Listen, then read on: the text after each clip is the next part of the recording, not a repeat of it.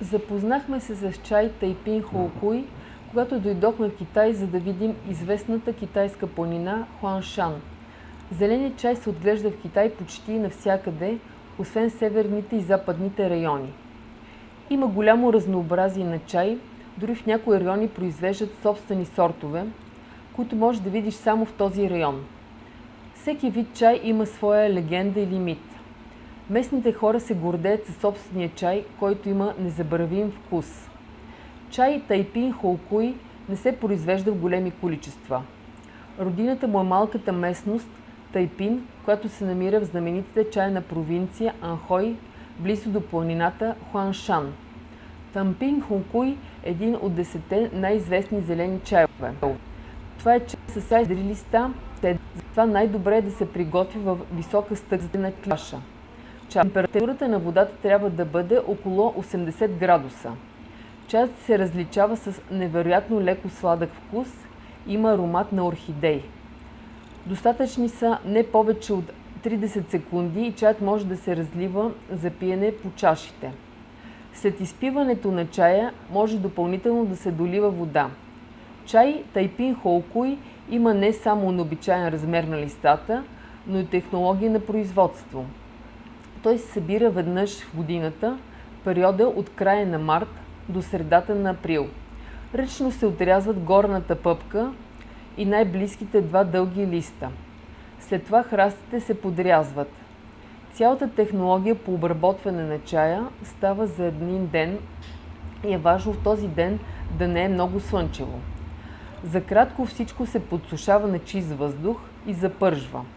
След това листата стават плоски. Ако се вгледате внимателно, най-добре след като завери, ще видите, че чеврит съдържа два листа и затиснатите пъпки между тях. Това се постига с помощта на преса. В крайна сметка, качественият чай има ярко-зелен цвят. Казват, че най-ценните листа имат червеникави ивици. Този чай е много труден за намиране. При заваряване на чая, листата на Тайпин Хоукуй се движат нагоре-надолу, сякаш танцуват. Чаят Тайпин Хоукуй се свърза с легендата за маймунския крал от известният китайски епос, който разказва за пътуването на монах и неговите приятели в търсене на просветление. В основата на тази легенда са създадени много анимационни и игрални филми. Маймунският крал Сун Юкун има различни умения по кунг-фу, благодарение на които можел да се движи с висока скорост и на дълги разстояния. Веднъж той летял над планините Хуаншан и в движение изтръгнал няколко листа. С тях той направил чай, който се оказва чаят Тайпин Хоукуй. Има версии, че отглеждане на този чай е започнал още пред династията Цин, но днес чаят се свързва с селянина от Хоукена. Още в началото на 20 век той изобретил нова технология за производство на чай. Чай Тайпин Хоукуй, както всички зелени чайове, има голям лечебен ефект. Отличителната му черта е фактът, че той, както казват китайците, подобрява настроението, е в състояние да вдигне на крак всеки пациент. Не се препоръчва да се пие преди лягане. Но чаша Тайпин Хоукуй сутринта ще ви зареди с енергия за целия ден. И този ден ще бъде много плодотворен. Сега ще ви покажа как се запарва зеления чай Тайпин Хоукуй. Той трябва да бъде с цели листа и на цвят трябва да бъде зелен. Температурата в каната е 80 градуса. Залива се чайника, за да може да се изрази температурата.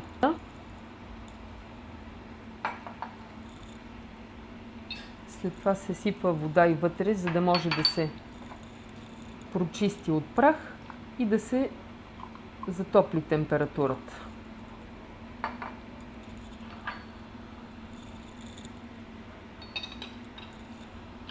После изливаме водата върху играчката за чай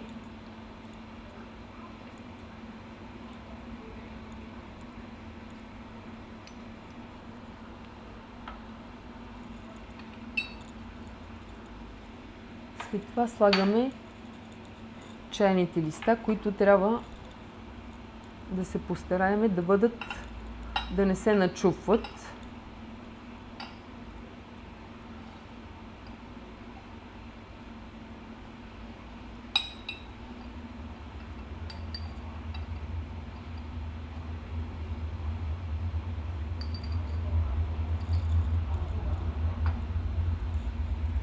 След това се залива с водата, която е 80 градуса.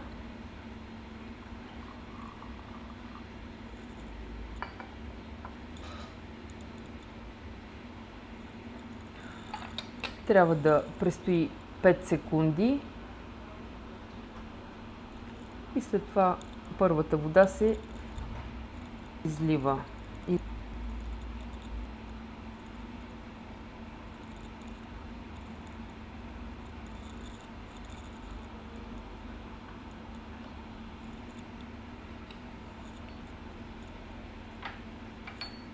След това се сипва пак водата.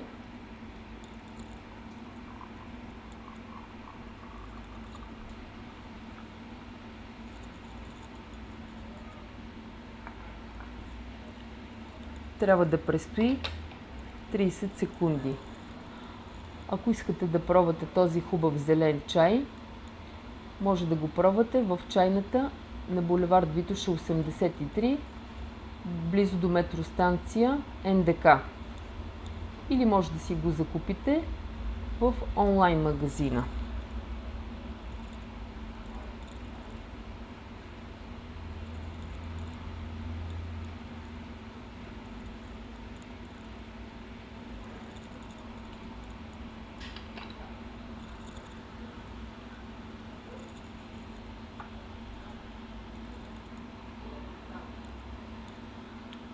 Приятно пиене на зелен чай!